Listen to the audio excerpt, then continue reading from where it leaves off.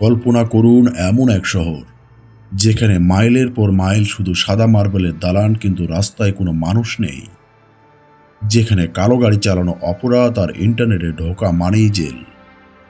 আর মরুভূমির ঠিক মাঝখানে গত 50 বছর ধরে জ্বলছে এক বিশাল আগুনের কুণ্ডলী, যাকে বলা হয় নরকের দরজা। উত্তর কোরিয়াকে যারা রহস্যময় ভাবেন, তারা তুর্কমেনিস্তানকে চিনলে শিউরে উঠবেন। স্বাগতম পৃথিবীর সবচেয়ে নিষিদ্ধ দেশটিতে। আমাদের এই রহস্যময় যাত্রার সঙ্গী হতে এখনই সাবস্ক্রাইব করুন এবং ভিডিওটিতে একটি লাইক দিয়ে রাখুন। তুর্কমেনিস্তান কেবল একটি আধুনিক রাষ্ট্র নয়, এটি প্রাচীন সিল্ক রোডের হাট বা কেন্দ্রবিন্দু। আজ থেকে কয়েকশো বছর আগে এখানকার মাপ শহরটি ছিল বিশ্বের অন্যতম শ্রেষ্ঠ জ্ঞান চর্চার কেন্দ্র।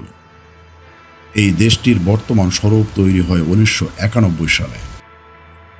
সোভিয়েত ইউনিয়ন ভেঙে যাওয়ার পর এক রক্তপাতহীন প্রক্রিয়ায় তুর্কমেনিস্তান স্বাধীন রাষ্ট্র হিসেবে আত্মপ্রকাশ করে।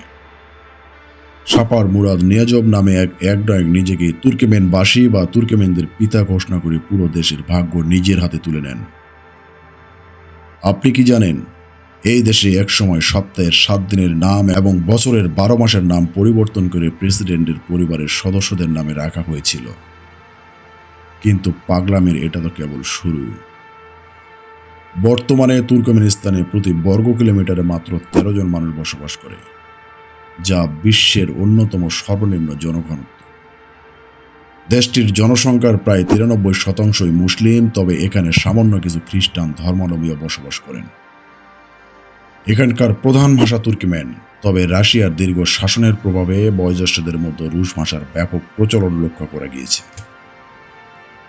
তুর্কমেনিস্তান বিখ্যাত তাদের আখাল থেকে ঘোড়ার জন্য, যাকে বলা হয় পৃথিবীর সবচেয়ে সুন্দর ও চকচকে সোনালী ঘোড়া। এছাড়া এখানকার কার্পেট শিল্প বিশ্বজুড়ে সমাদৃত। তবে দেশটির অর্থনীতি মূলত দাঁড়িয়ে আছে প্রাকৃতিক গ্যাসের উপর। বিশ্বের 4র্থ বৃহত্তম গ্যাসের মজুদ রয়েছে মাটির নিচে, যা দেশটির আয়ের অন্যতম প্রধান উৎস। আচ্ছা, কেন এই দেশটি উত্তর কোরিয়ার চেয়েও বেশি রহস্যময়? উত্তরটা লুকিয়ে আছে এদের অদ্ভুত সব আইনের পিছনে, যা জানলে আপনার মনে হবে আপনি কোনো এলিয়েনের জগতে চলে এসেছেন। দেশটির কারাকোম মরুভূমির ঠিক মাঝখানে অবস্থিত দারভাজা গ্যাস ক্রেটার বা নরকের দরজা। 1971 সালে সোভিয়েত বিজ্ঞানীরা এখানে গ্যাস ফিল্ড খুঁজতে গিয়ে ভুলবশত একটি বিশাল গর্ত তৈরি করেছিলেন।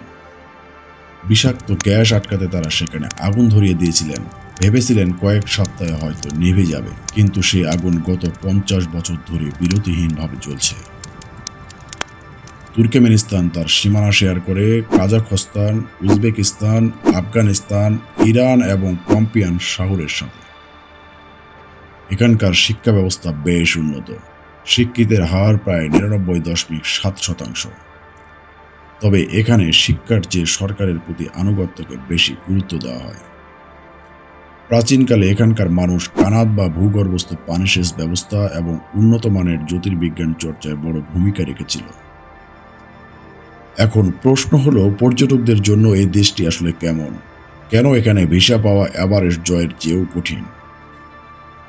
পর্যটকদের জন্য তুর্কমেনিস্তান অত্যন্ত নিরাপদ, কারণ এখানে অপরাধের হার প্রায় শূন্যের কোঠায়।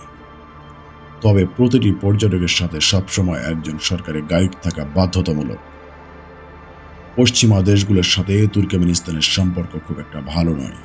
এর কারণ হলো দেশটির চরম মানবাধিকার লঙ্ঘন, বাক স্বাধীনতাহীনতা এবং বহির্বিশ্ব থেকে নিজেদের সম্পূর্ণ বিচ্ছিন্ন রাখার নীতি। তুর্কমেনিস্তান এক অদ্ভুত প্যারাডক্স।